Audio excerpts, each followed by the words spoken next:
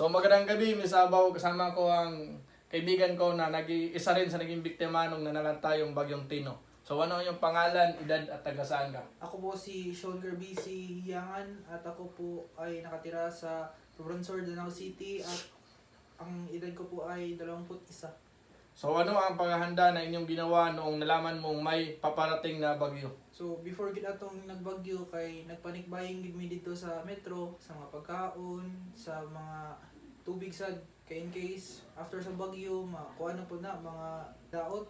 Yeah, madaot ang like flow of kuan ba food chain dito. So amo ang andam dito daan ang pagkaon para di mo magkalisod pangita ikaw man.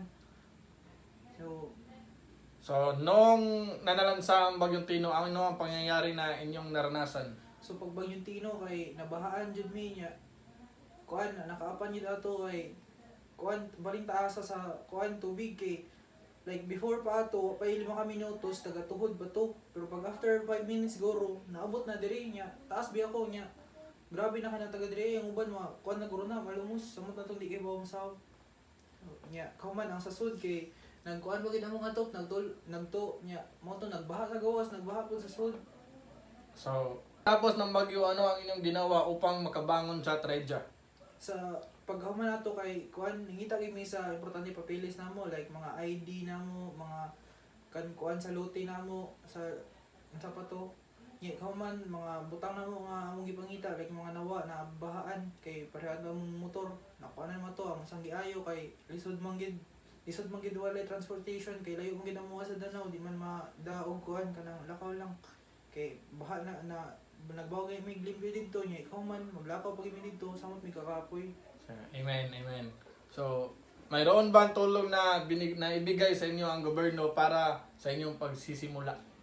So kuan gid to kanang medyo nadugayan gid ang dili kay ingon dugay sad pero medyo dugay gid sa mga part pero kay kuan man na stock up man dito sa barangay niya nakaapan pod ato kay naglista-lista sila niya pait kaayo og wala kay kaila sa barangay kay dili kay ka maapil pero naasa to sila time gid nga gipalig niya rami niya gitagaan mi tanan kung kinsa tinili niya bisan pag pila mo kabuok sa pamilya gitagaan gid mo so okay ra sad to hindi pa ra ko ato.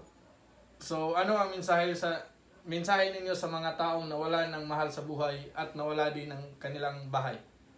My deepest condolences sa mga kuan na utangan og family members nila unta di sila mo give up kay mauna ang ilahang ganahan sa mga nawala nila ba mo na ganahan nga padayon gyapon sila para nila. So Condolences yun nila. ano ang aral na inyong nakuha pagkatapos ng bagyo?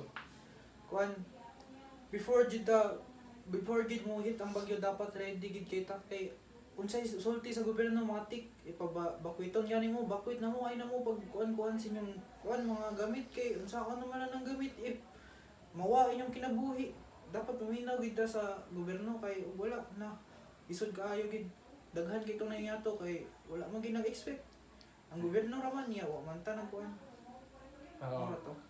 Yan lang, miss, at maraming salamat guys.